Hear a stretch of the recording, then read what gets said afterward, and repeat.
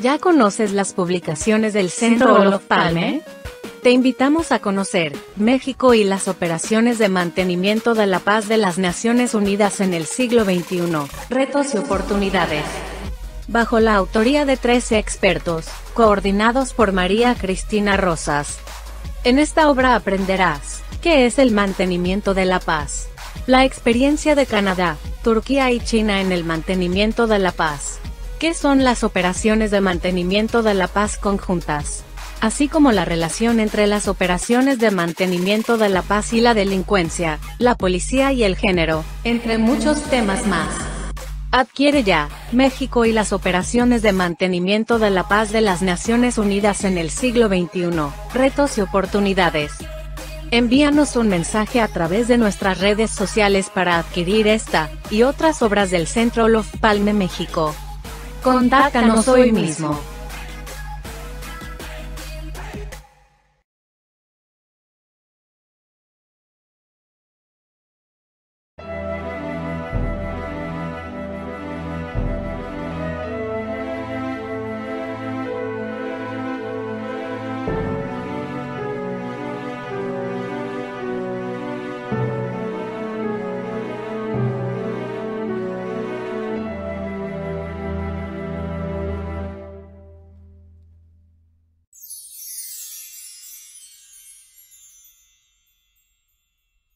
Good afternoon, Mexico. Good morning, Melbourne, Australia. It's really a pleasure to welcome you all to another session of An Afternoon With. In this opportunity, we will be interviewing a very well-known scholar, policymaker, and professor, Gareth Evans. I will make an introduction about him in a few minutes, but I would like also to welcome you all here in Zoom and also in Facebook Live, and remind you that we will be waiting for your questions. You can place them here or in Facebook Live for our guest. Our guest, Gareth Evans, who we are very happy to have with us today. Welcome.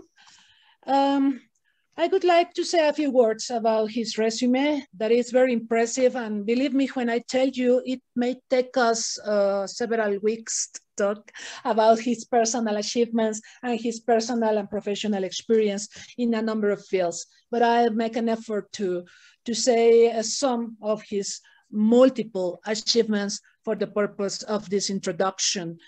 The Honorable Gareth Evans is distinguished honorary professor at the Australian National University, where he was Chancellor from 2010 to 2019. From 2000 to 2009, he was President and Chief Executive Officer and is now President Emeritus of the Brussels-based International Crisis Group, the Independent Global Conflict Prevention and Resolution Organization. From 1983 to 1996, he was a cabinet minister in the Hawke and Keating Labour governments for 13 years in the posts of Attorney General, Minister for Resources and Energy, Minister for Transport and Communications, and Foreign Minister.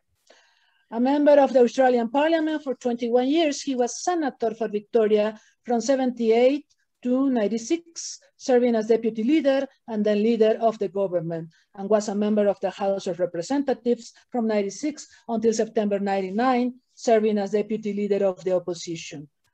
As one of Australia's longest serving foreign ministers, he was best known internationally for his roles in developing the UN Peace Plan for Cambodia, bringing to a conclusion the International Chemical Weapons Convention, founding the Asia-Pacific Economic Cooperation APEC Forum, an Asian Regional Forum, and initiating the Canberra Commission on the Elimination of Nuclear Weapons. In 2000-2001, he was co-chair with Mohamed Sanoun of the International Commission on Intervention and State Sovereignty, appointed by the Government of Canada, which published its groundbreaking report, The Responsibility to Protect, R2P, in December 2001. From 2008 to 2010, he co-chaired with former Japanese Foreign Minister Yoriko Kawaguchi the Australia and Japan-sponsored International Commission on Nuclear Non-Proliferation and Disarmament. Its report, Eliminating Nuclear Threats, A Practical Agenda for Global Policymakers, was published in December 2009. His other international policy-making roles have included membership of the UN Secretary-General's Advisory Committee on Genocide, of the UN Secretary-General's High-Level Panel on Threats, Challenges and Change, whose report, A More Secure World, Our Shared Responsibility, was published in December 2004. The Commission on Weapons of Mass Destruction, sponsored by Sweden and chaired by Hans Blix, which reported in June 2006. The International Task Force on Global Public Goods, sponsored by Sweden and France and chaired by the former president of Mexico, Ernesto Zedillo, which reported in September 2006, and the Commission of Eminent Persons on the Role of the International Atomic Energy Agency to 2020 and beyond, whose report, Reinforcing the Global Nuclear Order for Peace and Prosperity, was launched in June 2008. He had previously served as a member of the Carnegie Commission on Preventing Deadly Conflict, co-chaired by Cyrus Vance and David Hamburg. From 2011 to 2015, he was chair of the International Advisory Board of the Canberra-based Centre for Nuclear Non-Proliferation Disarmament. Gareth Evans is currently co-chair of the International Advisory Board of the Global Center for the Responsibility to Protect and is chair of the Asia-Pacific Leadership Network for Nuclear Non-Proliferation and Disarmament and the Advisory Board of the Australian National University Centre for Asian Australian Leadership. Among other current positions, he's a member of the board of sponsors of the Bulletin of the Atomic Scientists, the Global Leadership Foundation, chaired by the former president of South Africa, F.W. de Klerk, the Aspen Atlantic Group, chaired by Madeleine Albright, the Supervisory Council of the International Luxembourg Forum on Preventing Nuclear Catastrophe, etc. And yes, I'm going to stop in a minute just to mention a couple of his publications. Gareth Evans has written or edited 13 books, including Cooperation for Peace, The Global Agenda for the 90s, Australia's Foreign Relations, a book I encourage you to read if you are interested in Australian foreign policy. That was the first book I read on Australian foreign policy when I was developing a research on the issue. He wrote this book with Bruce Grant, and he has also written a book called A Responsibility to Protect, Ending Mass Atrocity Crimes Once and for All, and his memoir, which is called Incorrigible Optimistic. I love this title, that was published in 2017. So, as you can see, and I warned you, we can take several sessions to go into the details of Mr. Gareth Evans' resume, but I believe we all want to listen to his views, his analysis on a number of issues of concern in today's world. So first of all, Professor Gareth Evans, welcome. Thank you again for joining us and for accepting this interview. Well, thanks so much, Maria Cristina, for that very generous introduction, which makes me feel very old, I have to say, when I listen to all of that. But, thanks so much. It's a great privilege to join you today. And it's a great privilege in particular to be associated in this way with the Olof Palme Centre, because Olof Palme was always one of my great intellectual and foreign policy heroes with his concept of common security. Let me also say that issue my condolences, if I may, for the great tragedy that you had in Mexico City yesterday, which is in our newspapers in Australia and indeed all around the world. It's a terrible tragedy, and our heart goes out to you. But I am very happy to join you and your friends today, so let's get into it. Yes, thank you. Thank you for the condolences. We are very sad for what happened yesterday night, and we hope this never happens again, but of course, we need clarification and investigation and, you know, all that process that must go on. So about our interview, you described yourself, according to your memoir, as an incorrigible optimistic. And I think that's fantastic, because Well, we are living in difficult times. We have the pandemic, you know, and that calls for pessimism. And we also are facing a number of challenges in the international agenda. For instance, last January, as we all know, the Treaty for the Prohibition of Nuclear Weapons came into force. That's a fantastic news. But we also have bad news when it comes to the fact that Prime Minister Boris Johnson announced recently an increase in the nuclear weapons stock of Britain. So I would like to have your views on the international environment, on the international agenda, and the main challenges that we are facing these days, apart from the pandemic, of course.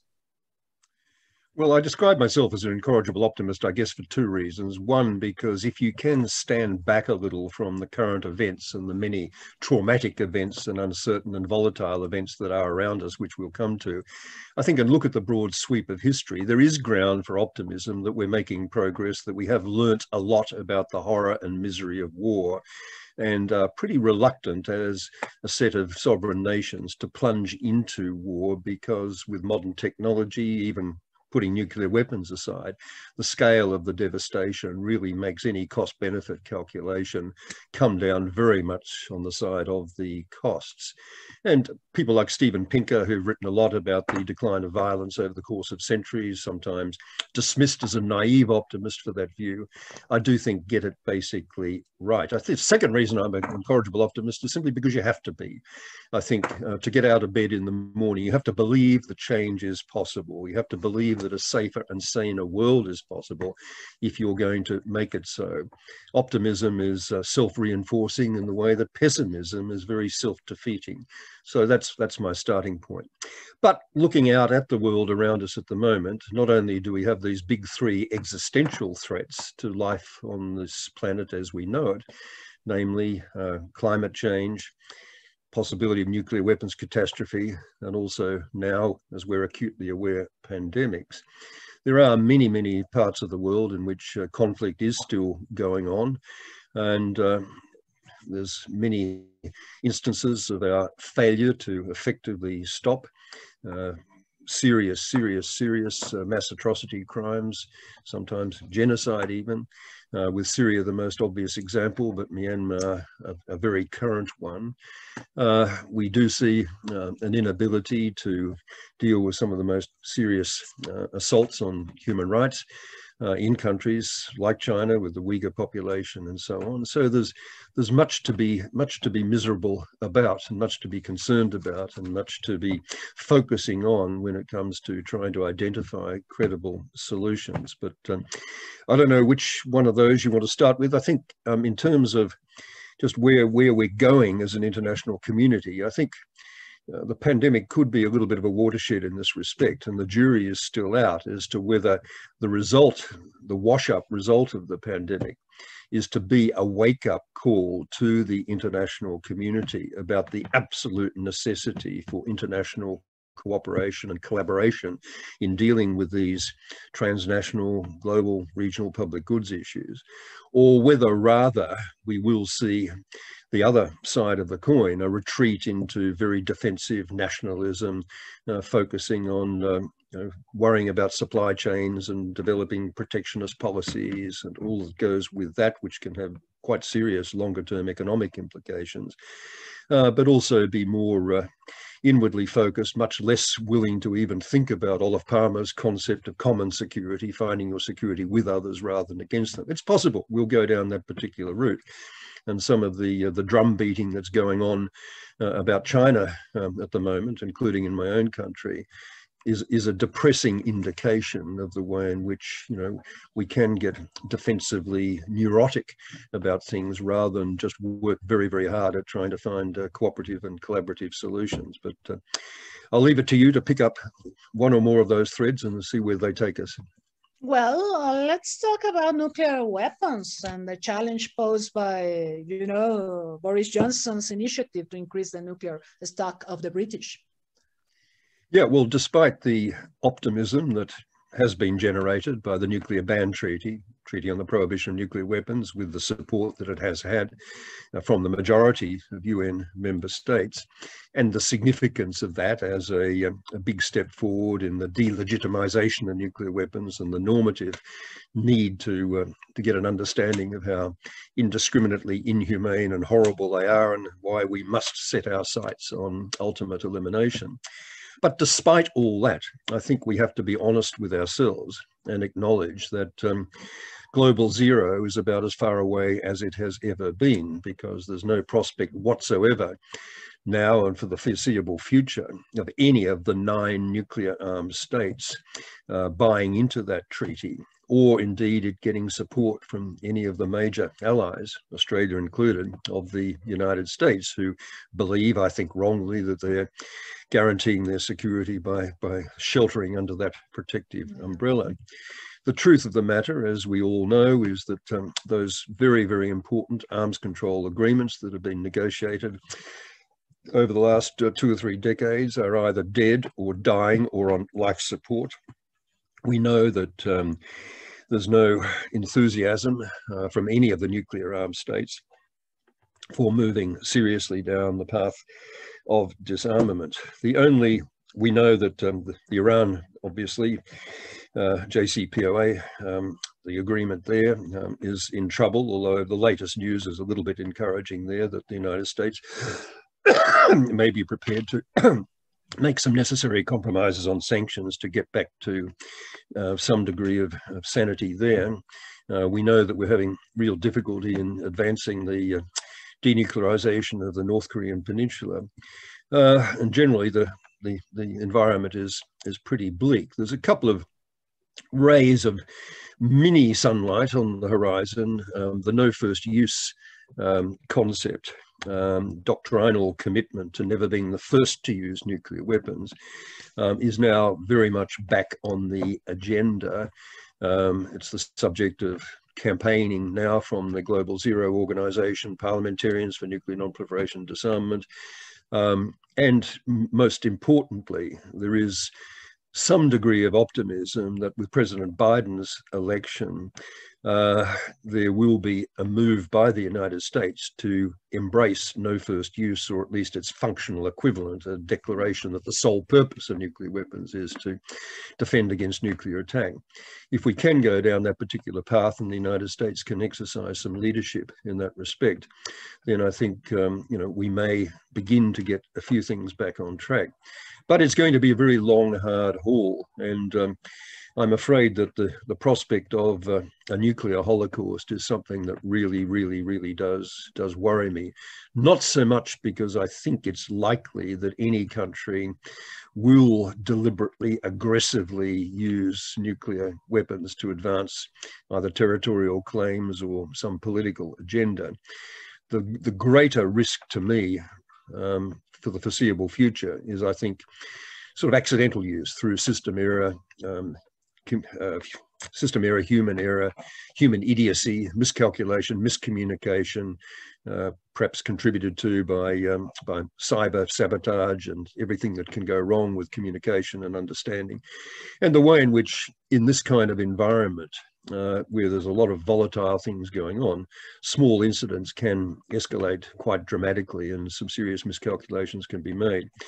And we know from the Cold War years and all the archives that are being opened, even with all the very sophisticated command and control systems that the major nuclear powers had, we came incredibly close to nuclear catastrophe on maybe a dozen occasions over that period. And frankly, it's not statesmanship or it's not system integrity, it's sheer dumb luck that we avoided a nuclear holocaust over that period. And I think you'd be very brave indeed in the present environment to think that our luck can continue indefinitely. So the nuclear agenda is one that's very important to pursue, by getting it into the heads of the leaderships, top down, that they have to get serious about moving toward disarmament and the steps that are necessary to advance that. It's a matter for the peer groups, countries like Mexico, Australia, the middle powers, and maybe we'll talk about middle power diplomacy later on, to put pressure on, particularly United States allies, to say, look, we're quite happy with extended deterrence, but not extended nuclear deterrence. This is not a safety net at all. It's a recipe for disaster. But it also depends on, as every major reform movement does, it also depends on bottom-up activity, energizing, mobilizing civil society, key NGOs, to put that pressure on governments from below to take these issues seriously. So the nuclear agenda, on which Mexico has always been in the forefront, Australia has tried to be in the forefront, certainly under Labor governments, is an area on which we should be working very, very hard, I think, to build some renewed international momentum. Yes, Professor Evans, I made an interview a few weeks ago to the Secretary General of the Organization for the Proscription of Nuclear Weapons in Latin America. And he reminded us all that when that agreement, the Tlatelolco Treaty to make Latin America nuclear weapon-free zone was created, not all of the current members participated initially. So I mentioned this because there's some worries about this new treaty to prohibit nuclear weapons that has not been endorsed by nuclear major powers, but that doesn't mean that in the future nuclear powers may not join it. So I believe that we can try to be optimistic. I try to understand your concept of optimism, and I believe we can be optimistic by looking at previous experiences, such as the way the Tlatelolco Treaty evolved and the way that now we have all the Latin American countries involved and committed to it. I think we do have to acknowledge that there are some difficulties with the Ban Treaty, not just the obvious ideological and psychological difficulties that these guys will have in giving up their testosterone-driven armaments, but also there are some technical issues. There is a real issue about verification, which might be solved over time, but there's a particular issue about enforcement, which frankly is not going to be soluble anytime soon. And the nuclear armed states are worried that if they give up their weapons and then there's a rogue state breakout, there'll be no international mechanism that will be effective to deal with that. And I think we have to acknowledge that. And realistically, I think those of us who are in the business of campaigning worldwide on the nuclear issue, while we should never for a second abandon the goal of ultimate elimination of global zero, I think it does make sense to put a lot of energy and resources into what we called in that commission that I co-chaired with my Japanese colleague, the minimization agenda. The elimination agenda must be there, but the immediate agenda is minimization, for which the key issues, I think, are what I call the 4 Ds. One is doctrine, no first use, which we've talked about, but there's also de-alerting, taking those huge number of weapons that are on basically hair trigger alert off that status to minimize the risk of nuclear exchange through miscalculation or accident. There's the D of deployment, reducing deployment. You might not destroy the stockpiles completely, but you can take an awful lot of those weapons that are presently out there on the front line away from the front line, put them in storage, so you build in some serious time frame before anyone rushes around pushing buttons. And then, of course, the remaining D is decreased numbers. If we can get the numbers down from the well over 13,000 nuclear weapons that now exist, with a destructive capacity of something like 100,000 Hiroshima-sized bombs, if we can reduce that number down to maybe a couple of thousand, then we will have made some progress. A world that has achieved those objectives, those 4 Ds, certainly won't be a perfect world, but it's arguably a hell of a lot safer and saner than the one we have at the moment. And it's not totally unimaginable that within a reasonable time frame we could achieve most of those objectives, but it will require an awful lot of political will from the people that matter most. It will require a lot of campaigning from all of us around the world who have some capacity at one level or another to exert some influence. I believe it's a very positive issue the fact that disarmament is in the agenda, because I believe that after 9/11, disarmament almost disappeared in the international agenda. But thanks to the effort made by different countries, Australia, Mexico, of course, and NGOs that push very hard for the landmine, you know, the Ottawa Process Treaty, and then the Cluster Munition Treaty, and then the Nuclear Weapons Prohibition Treaty. I believe that disarmament is again on the agenda, and I believe that's very positive. Now, thinking about what you mentioned about Mexico being in the forefront of disarmament and Australia trying to be in the forefront, the two countries are considered middle powers. We can debate what a middle power is and what can a middle power achieve. But the thing is that they have resources, they have political resources, they have certain relevance in international politics and international affairs. And they have, for instance, worked together in different fora, such as APEC, for example, or more recently, MICTA. So my question is, from an Australian point of view, what role is for middle powers to be played in global governance these days? Well, middle powers, I think, are very important. What we're talking about are countries that don't have either the military or the economic capability to impose their will on anybody, but nonetheless are sufficiently well-resourced, sufficiently diplomatically resourced, sufficiently credible, and sufficiently committed to working for a better world to actually make a difference when they engage in the traditional modus operandi of middle powers, which is coalition building of like-minded countries around particular issues. And the landmines campaign that you described, the cluster bombs campaign, are classic examples of this, as are a number of the efforts that have been made to build organizational coordination and so on. MICTA that you describe is one such example. I'm not sure how much grunt MICTA, will have. We've got some uncertain bedfellows there with Turkey joining Australia and Mexico, and Turkey's a little bit of a bust at the moment under the Erdogan administration.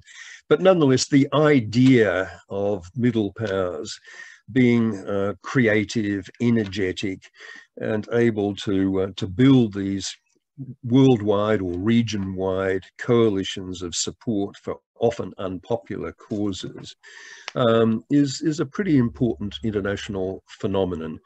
As I said a few moments ago, I mean, for any sort of big change to be made in international relations, or indeed perhaps anything else, you need things happening top down, sideways, from peer group pressure and sort of bottom up.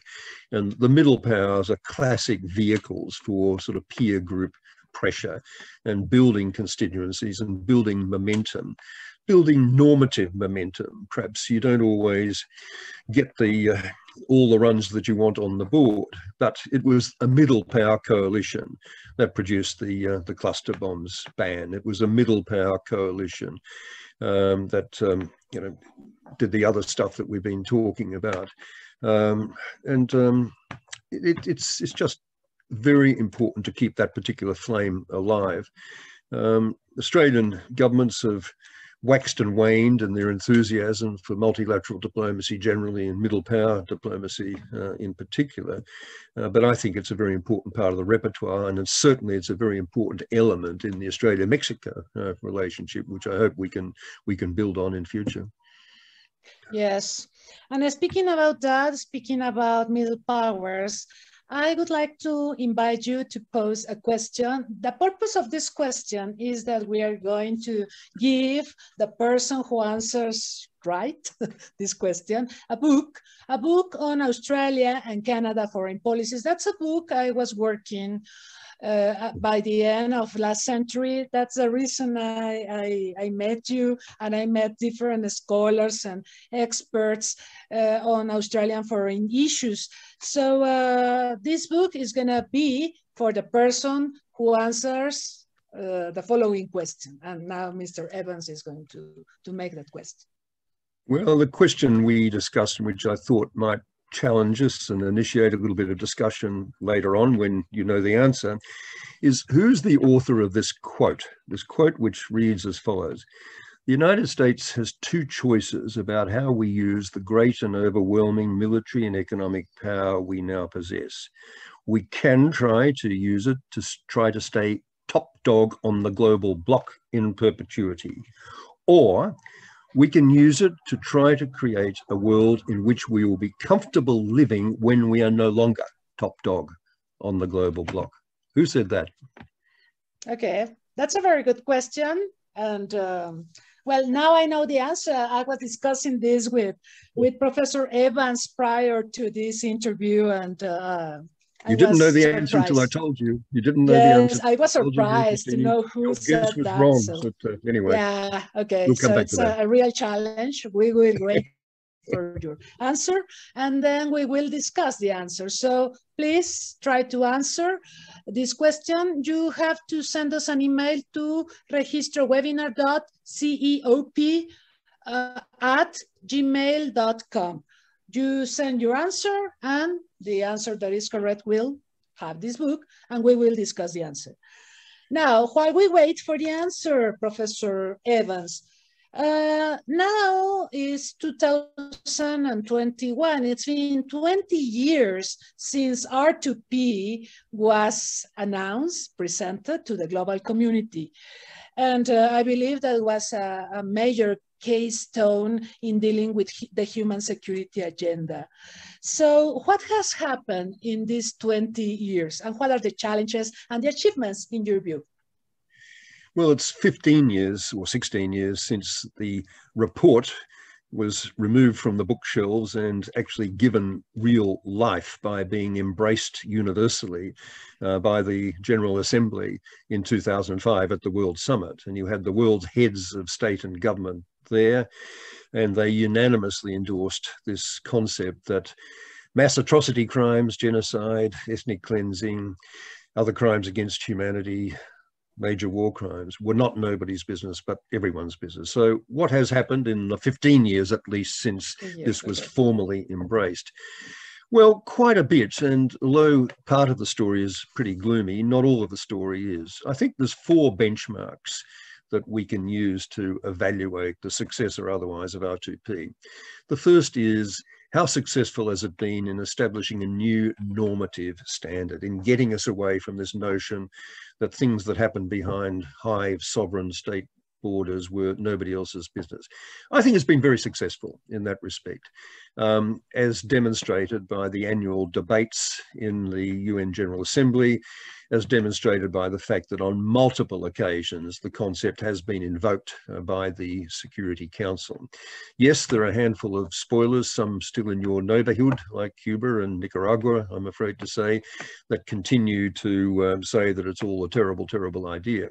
But overwhelmingly, people accept that this is a global responsibility. Second benchmark is, how successful has it been as a sort of catalyst for institutional change? And here again, I think we can chalk up a number of successes. Civilian preparedness to engage in responsive and preventive activity in these situations is much greater than it was. International cooperation through Friends of R2P, a secretariat of countries that are now 60 or more of them have established internal focal points where you've got someone whose day job it is to focus on these issues and to focus on energizing an appropriate national response when they come to light.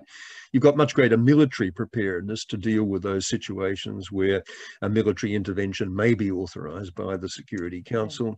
And, you know, doctrine and rules of engagement and training and all the rest of it is much better advanced to deal with these kinds of situations. Third benchmark is, how successful has it been as a preventive enterprise? Well, of course, the trick about prevention is that when it succeeds, nothing happens, therefore nobody notices, and preventive activity, as we all know with conflict prevention, can be pretty frustrating business, and persuading funders that you've done something, if you're an organization devoted to conflict prevention, can be quite tricky. But here I think R2P has served its purpose quite well. There are many examples I could quote around the world, and Africa in particular, where R2P has been invoked and diplomatic effort has been mobilized under the banner of R2P to stop very volatile situations, cascading, over the edge, the volcano erupting.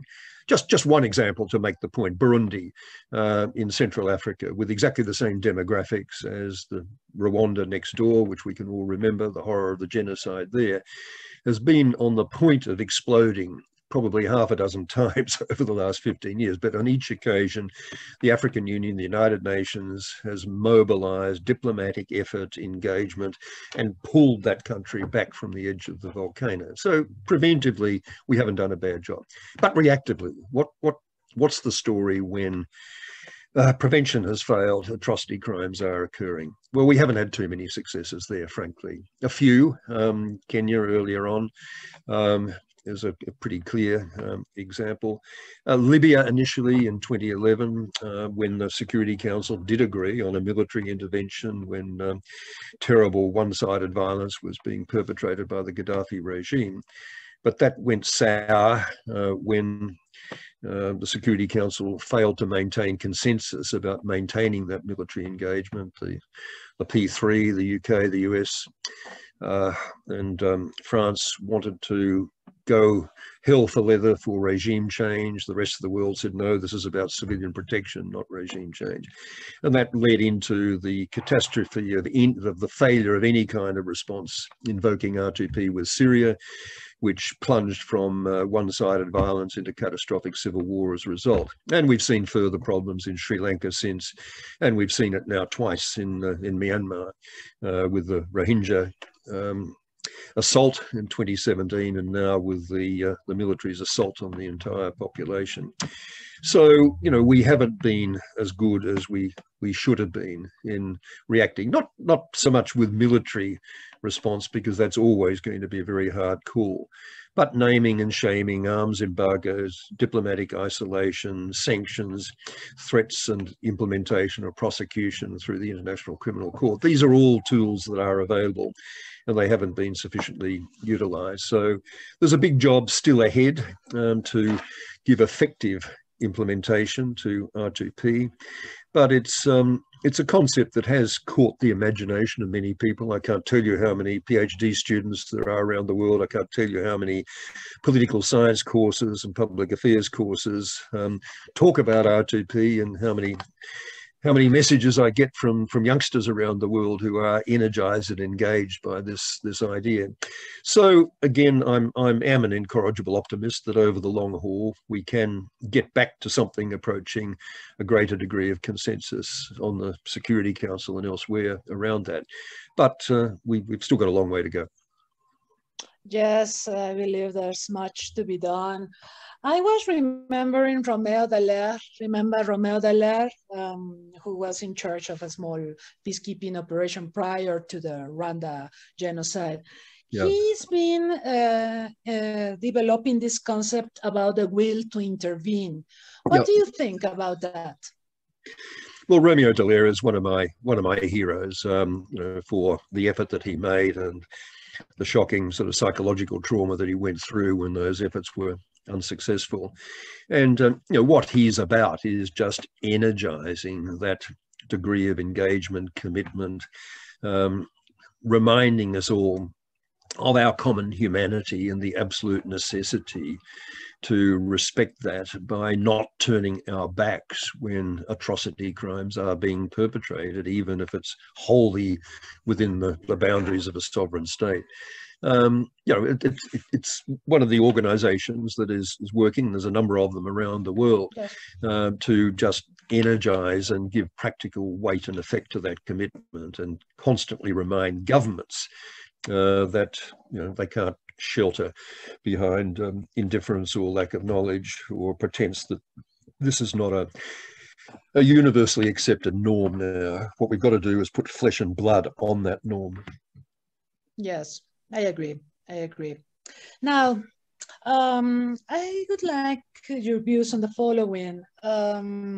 We have witnessed in recent years a number of crises such as the war in Syria, or the situation in Ukraine when Russia, took over Crimea.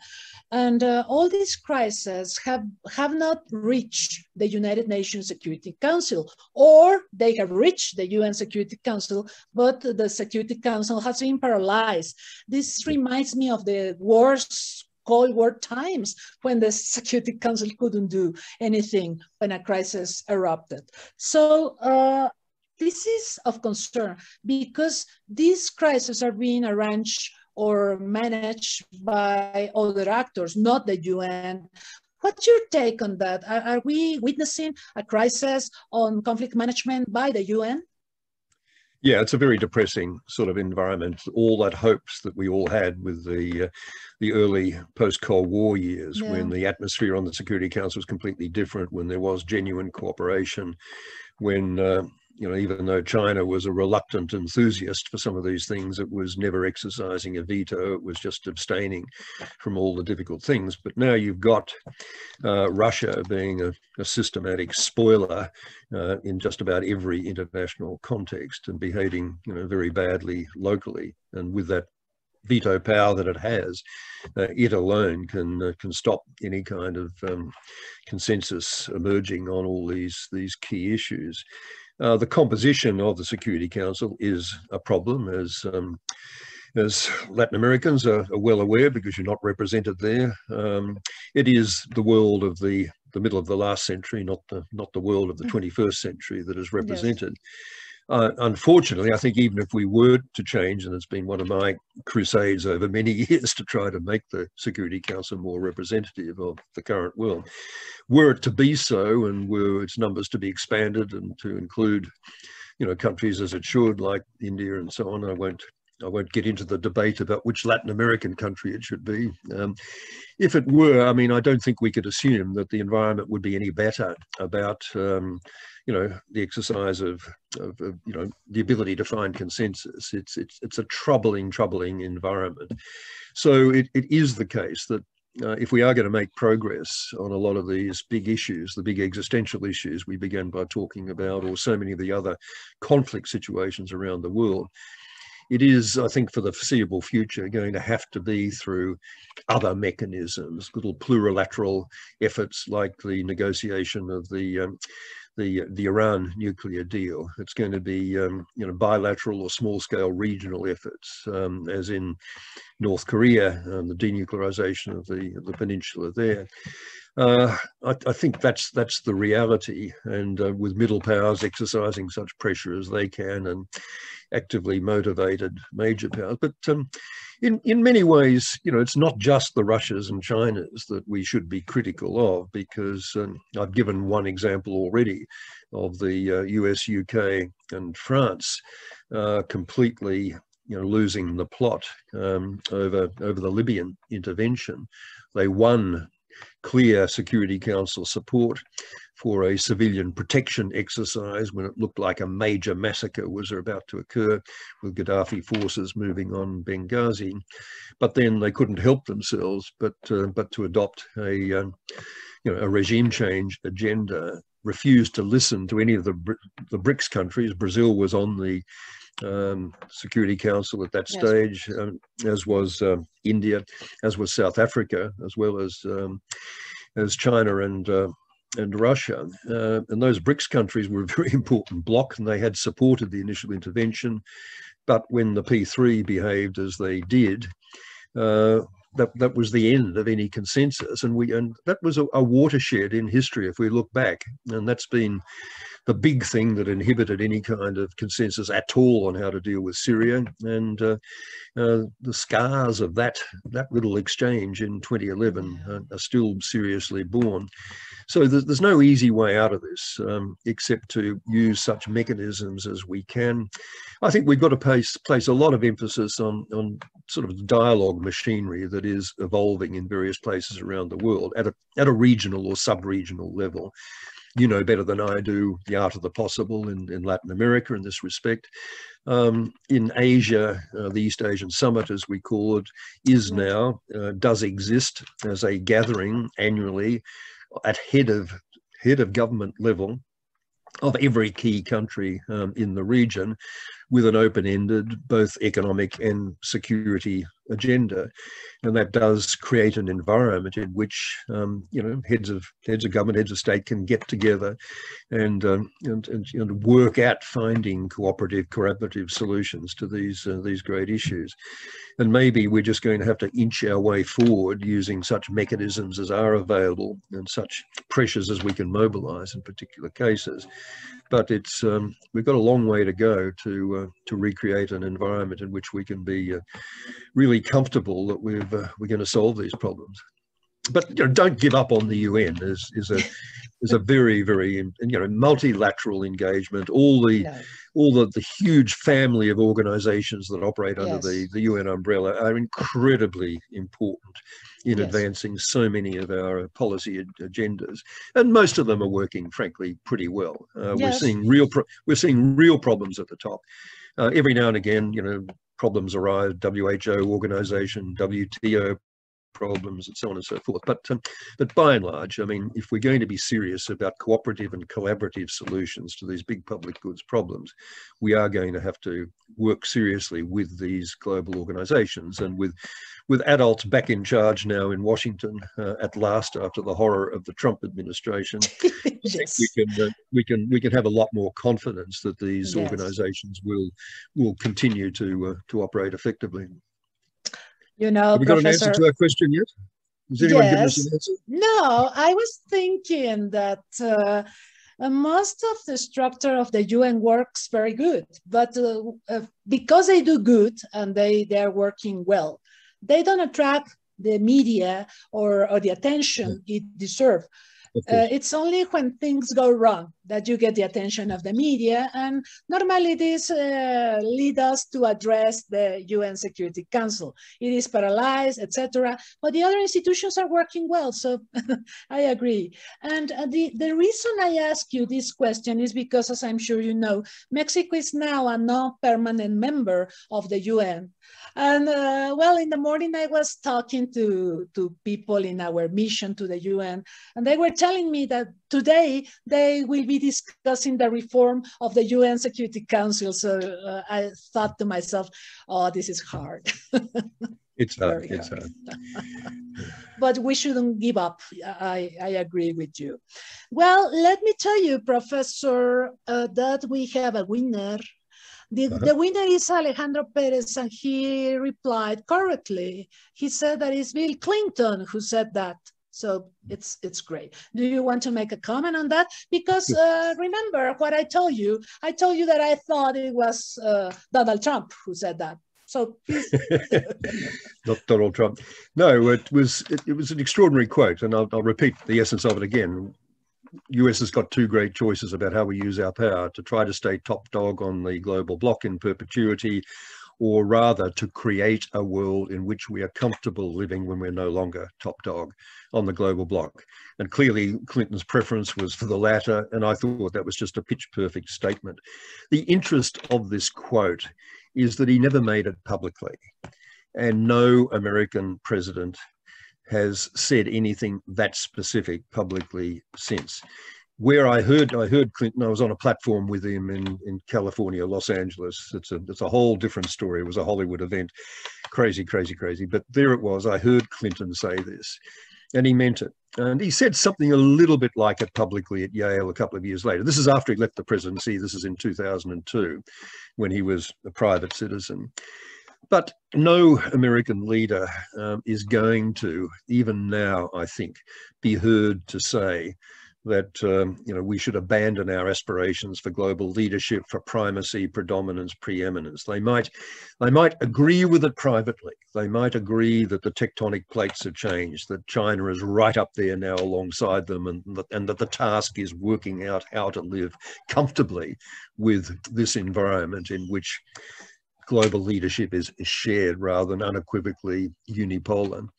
But they're not going to say it, and therein lies an issue, I think, for all of us, because when the Americans are behaving in a sort of a triumphalist way, or a way that's over assertive, and insensitive to the realities of other power pressures that are at work, then that way lies a lot of problems and a lot of tensions and a lot of difficulty. And I think we're in that condition at the moment. I think the adults are back in charge in Washington. People who would share that perception of Clinton's are back in charge. But are they going to say it? And if they don't say it, is that just going to feed into the stereotype perception that America hasn't learned anything and is going to go on being sort of over-assertive and over-dominant and insufficiently attentive to the need to accommodate new realities and to work cooperatively? So we're at a little bit of a testing point, which is why I thought the quote was an interesting one, because it does encapsulate the issues in a very stark way. Yeah, and it looks like today, the debate we're having today. And in your view, that's also part of my perception, but I would like to know your views. I believe that the Donald Trump administration compromised the leadership of the US. In your view, Biden will be able to bring back in track the US or not? What do you think? I think there's every chance that over time that he will. I mean, that inherent decency, that inherent moderation, that inherent understanding of the need for multilateral cooperation is all fantastically important. And I think most of the people around him share that mindset, and it's it's very, very refreshing. Certainly his I know he's got some problems still with the Mexico border, as you're acutely aware, and that's not helping his popularity domestically at the moment, that particular very emotive issue. But he is systematically addressing an awful lot of the other things that were careering off the rails with Trump. I mean, climate change, most obviously, and using climate as a vehicle to find at least one area of cooperative collaboration with China in an environment which is otherwise very tense. I mean, I think that's just incredibly good thinking. Right. He is now, treating allies as assets rather than encumbrances, which was the Trump sort of view of the world. He is showing respect, as I said, for multilateral institutions and processes generally. And I think,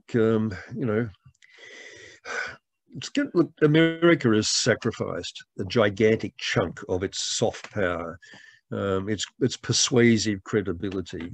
The condition of American democracy is still extremely fragile. I'm not just talking about assaults on the Congress. I'm talking about the flagrant gerrymandering and the money politics and everything else. I mean, America is not a model country in terms of its governance at the moment internally. And there's only, I'm sure Biden and his administration will do everything they can to restore the credibility of American democracy. But frankly, there's a very long way to go, and it's no longer the light on the hill for many other countries in terms of that. So yeah, look, I think we should be confident. What matters in government is, above all, sort of integrity, above all decency, above all respect for our common humanity. And you've got all those things, I think, very, very visible at the top in the present US administration. So I think we should be very grateful.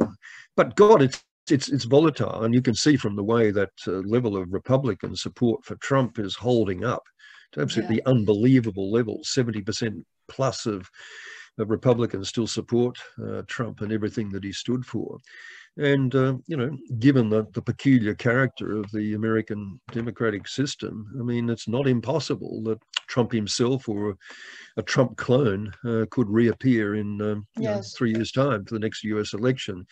So, our confidence, our optimism has to be tempered by that particular reality. But for the moment, so far, so good. Yes, it's interesting to me that every time I discuss these issues with diplomats, politicians in Mexico and abroad, they always use the word decency when they refer to Biden. And that's very symptomatic, because I think Donald Trump was a catastrophe. But sadly, as you mentioned, there is Trumpism without Trump in the States, and he may come back, and he's preparing his return to politics, and that's worrisome, of course. Yeah, well, we have now questions from the audience. I will read it for you. Professor Evans, what would you respond to the critics of R2P who claim this principle has a tendency to only apply to underdeveloped countries, while we cannot pretend humanitarian crises never happen in developed countries?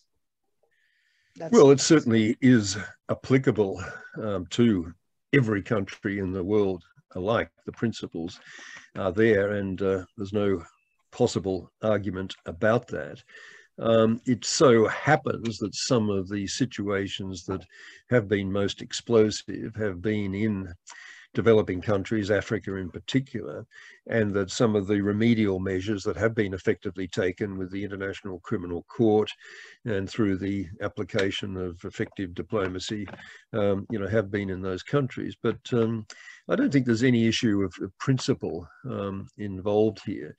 I mean, one of the problems of R2P is that we have to face the reality that when horrific atrocity crimes occur within the boundaries of really major powers, whether it's China in the case of Xinjiang or Tibet, or whether, frankly, it's Russia in the case of Ukraine and so on, or whether it's were to happen in the United States, it's very difficult to mobilize the R2P remedies. I mean, the military remedy clearly is just not credible, not only because of the vetoes that would be exercised in the Security Council, but because of the prudential reality that initiating military action to save lives at risk of atrocity crimes would, in these circumstances, unquestionably precipitate a full-scale war, which would add immeasurably to the scale of the human tragedy.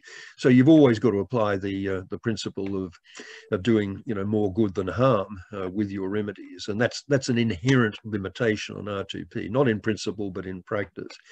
So, but the notion that it's somehow inapplicable, that it'll never be applied to any Western power, I think is just wrong. I mean, there's a lot of pressure on Israel, of course, in the context of what it's up to in Palestine, and a highly developed country, not a major country, but a highly developed one, behaving very, very badly. And I think the eyes of the world are increasingly on that. So don't assume that this is just a weapon for use in the most poverty-stricken or unpowerful of developing countries. It's a universal weapon, and we have to apply it as such. Okay. Yes. We have another question. What's your view about Biden's insistence on the Armenian genocide and relations with Turkey? Well, I think this was wildly overdue, the recognition of the Armenian genocide for what it was. This was unquestionably, before the word was invented, but this was unquestionably one of the major genocides of the 21st century, and it's been so regarded by every objective analysis of the issues. Acknowledge this because of its anxiety to keep Turkey in the NATO fold and to not rock the Turkish boat.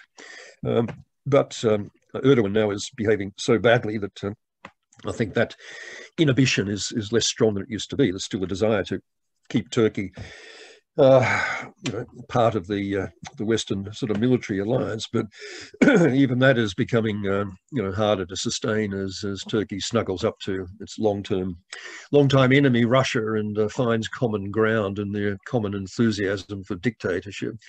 So I think just to call the Armenian genocide as it was absolutely the right call, and even though it's clearly going to make life a bit more complicated with Turkey.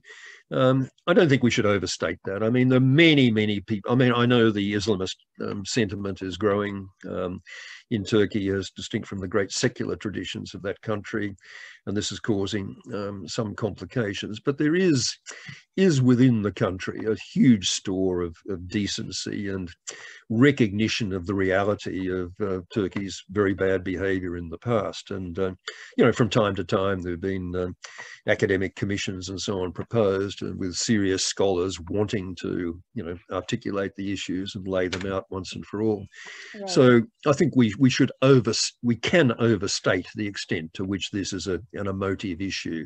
It's an emotive issue for successive Turkish governments, but whether it is such for the population at large, I doubt that it's an emotive issue on that scale.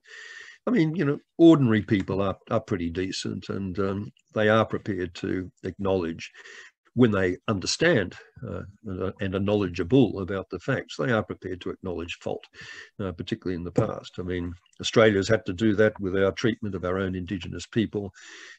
We got a lot of well-deserved praise, I think, for the apologies that we made, you know, for the slaughters and the mistreatment that we have perpetrated in the past. And that was a very long time coming, that apology. And there were many people inside the country that didn't want to acknowledge that and said it's none of our business, that was the past. But overwhelmingly, the country was behind the political leaders when they made those statements. And you know, cultures do change, understanding of these issues changes over time. So again, I'm reasonably optimistic about the longer run in Turkey, but this is a very, very difficult government we have there at the moment. And it's one of those authoritarian governments that you worry about post-COVID. You know, will the Turkeys and the Hungaries of this world be the new normal, or will we go back to Biden-style decency? And it's on a pivot at the moment. And you know, some good countries let you down. I mean, you began by talking about Boris Johnson's crazy decision for the UK to acquire new stockpiles of nuclear weapons, when everybody had frankly thought that the UK was, you know, was a potential global leader in a serious disarmament cause. It was done without any internal process, it seems, and shocked a lot of people internally. But so leaders are constantly capable of doing crazy things or indefensible things, but you know, keep our faith in the ordinary people. Okay. Well, we're approaching the end of the interview, but we have one question in Facebook, and I have one question for you. So let me quickly pose a question via Facebook. The question is, what is your point of view on cyberactivism to denounce nuclear tests, weapon uses, and military violence? I'm totally in favor of bottom-up, energizing action by civil society groups seeking to mobilize, you know, wider population. With 21 years in politics, it was interesting to appreciate the extent to which parliamentarians reacted to quite small campaigns if they were producing messages and phone calls to their officers saying, you've got to take this issue seriously, you know, you've got to do this.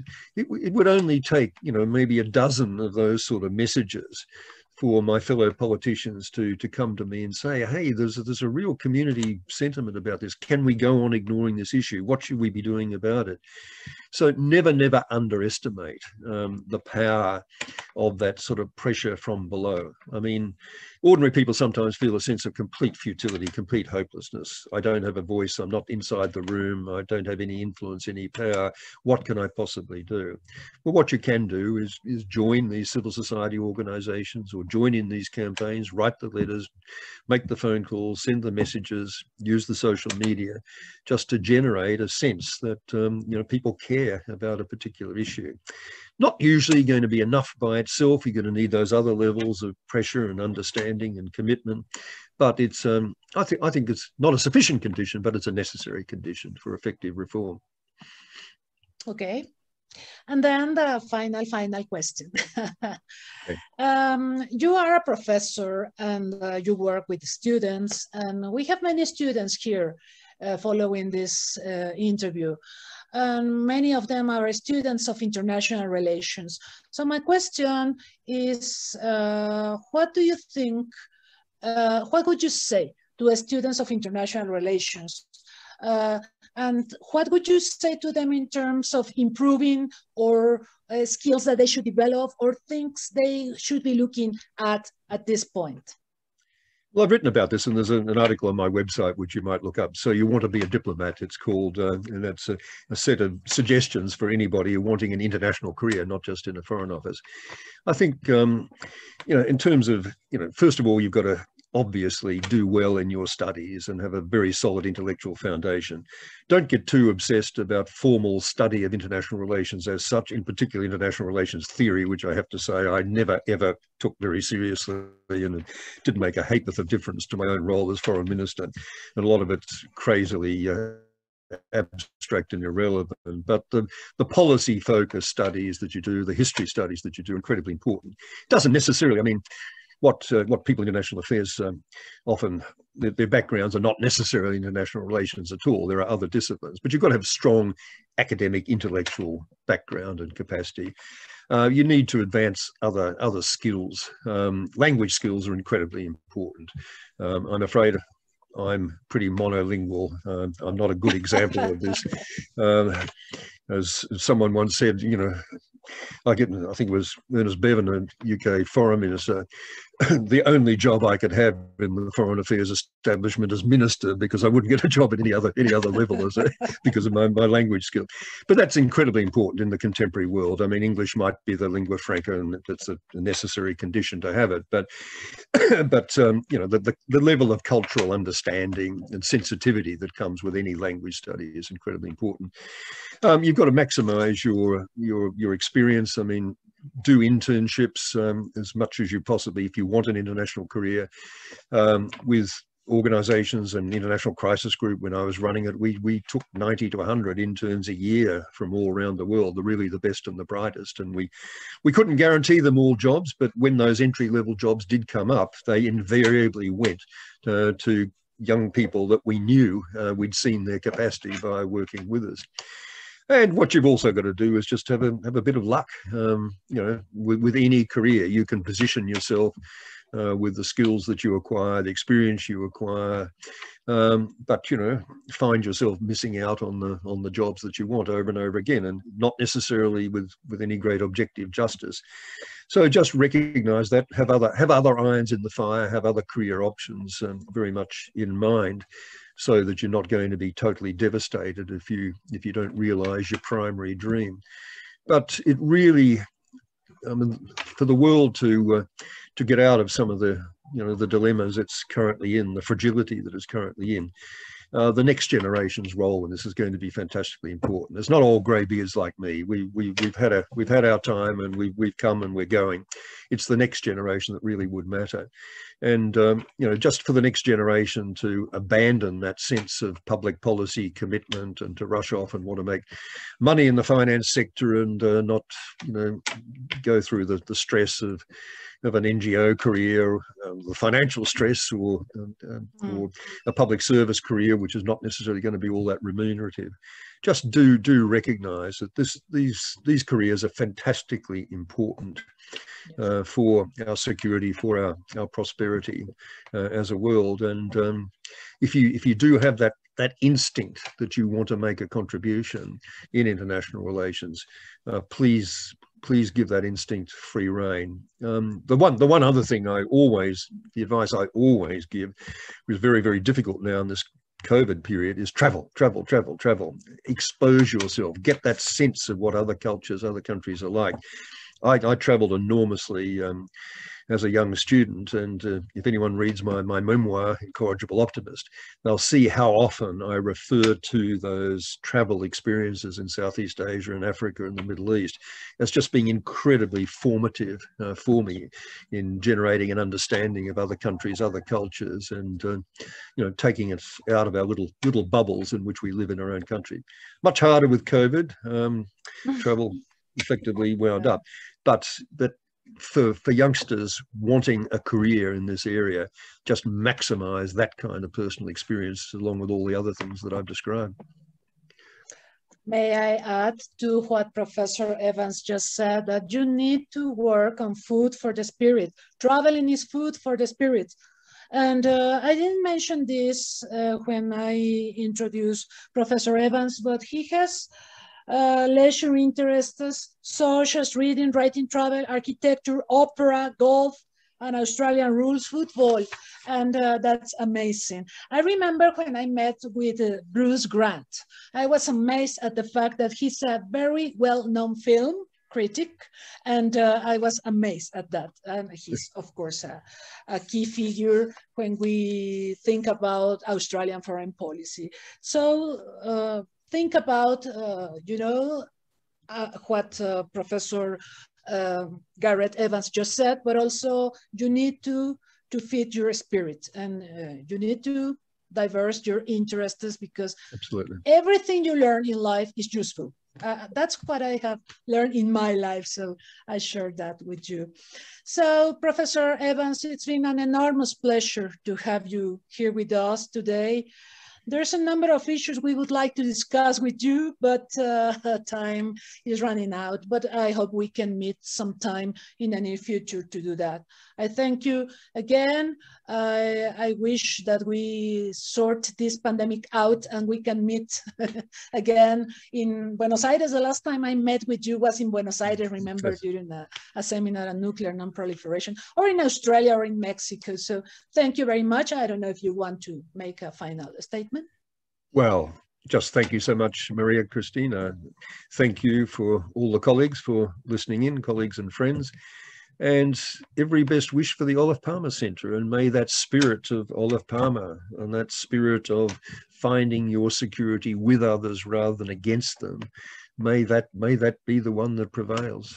And every best wish to you, your organisation, your colleagues, and that army of youngsters out there that really are capable and able to make this world of ours a safer and saner place. So good luck with your careers, all of you. And thanks so much again, Maria Cristina, for hosting me. It's been a great pleasure. Thank you very much, Professor Gareth Evans. Wish you the best. Have a great day. And thank you all. Next week, I want to tell you that we will be interviewing former President of the Dominican Republic, Leonel Fernandez. So stay tuned, give us a like in our social network, and see you soon. Thank you.